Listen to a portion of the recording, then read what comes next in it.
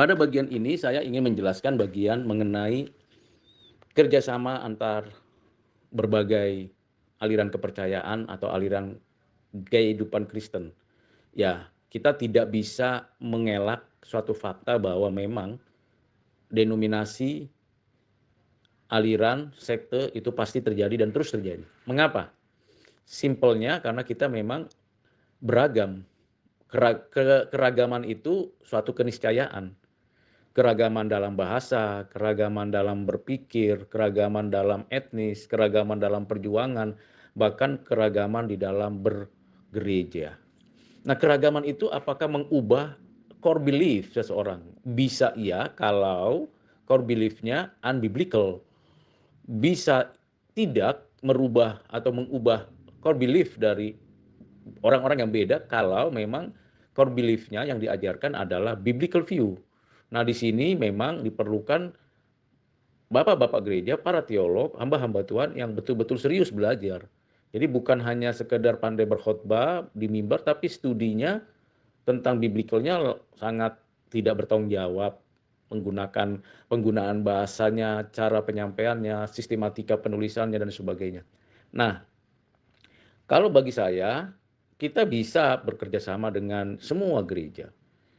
Entah itu di bawah arasnya PGI, PGLI, atau KWI dan sebagainya. Kita bisa bekerja sama sesama saudara, sesama manusia, tetapi kita tidak kompromi. Toleransi merupakan perwujudan dari perintah Tuhan. Kasihilah sesamamu manusia seperti dirimu sendiri. Tetapi juga saat yang sama, kita tidak kompromi sebagai perwujudan dari kasihilah Tuhan Allahmu dengan segenap hatimu, dengan segenap kekuatanmu. Jadi tidak kompromi karena kita mengasihi Allah, kita toleransi karena kita mengasihi sesama. Nah, itu hal penting yang perlu kita gunakan. Saya bisa pernah melayani di Katolik, pernah melayani di Karismatik, pernah melayani di gereja-gereja mainstream, bahkan pernah melayani atau berbicara dengan orang-orang yang bidat seperti Mormon atau Saksi Yehova atau Oneness sekalipun. Ketika kita berbicara tentang mengasihi sesama manusia, menolong mereka, ya silakan saja. Tidak perlu kita cari-cari kesalahannya karena memang semua orang berdosa dan ada kesalahannya. Tetapi ketika berbicara tentang core belief, nah kita harus mana yang utama? Yang mengasihi Tuhan Allah. Nah, di sini kita perlu kepekaan dan kebijakan. Sehingga kita bukan mencari aman, tapi menempatkan diri dengan tepat pada posisi dan proposisi yang jelas. Kalau saya berharap gerakan ekumene itu justru menghambat persaudaraan. Kenapa? Karena gerakan ekumene itu gerakan hanya untuk melihat keseragaman tanpa menghargai keragaman. Keragaman itu keniscayaan. Tuhan menciptakan dengan keragamannya. Karena dia multi. Jadi kalau ada orang zaman nanti abad ke-21 sampai tahun 40-an, 50 semua pakai multiverse, Tuhan sudah lebih dulu menyatakan multiverse-nya. Di awal penciptaan dia mengatakan semuanya itu multi, keragaman, tetapi keragaman yang konkret, bukan keragaman imajinasi.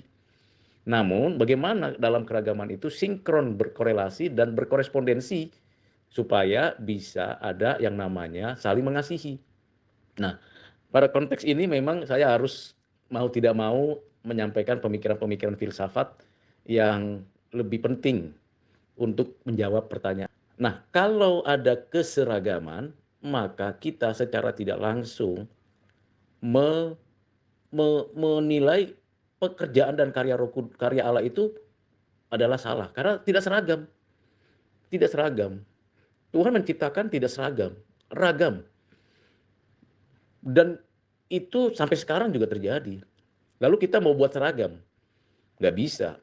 Itu melawan hukum alam, melawan hukum moral, melawan hukum ilahi yang telah ditetapkan Tuhan untuk mengatur. Nah, yang keragaman yang perlu dijadikan keseragaman, tapi di dalam keragaman itu kita saling menghargai, saling menghormati dengan cinta kasih dan kebenaran. Kasih dan kebenaran tidak boleh dipisahkan, dapat dibedakan. Kebenaran menjadi sebuah pondasi arah untuk menjalankan kasih. Kasih menjadi energi yang utuh untuk kita boleh menghidupi kebenaran. Nah, ini bagian yang penting untuk menjadi bahan dasar pemikiran. Penjelasan terakhir ini cukup tidak mudah, jadi saya berhenti cukup sampai sini dulu.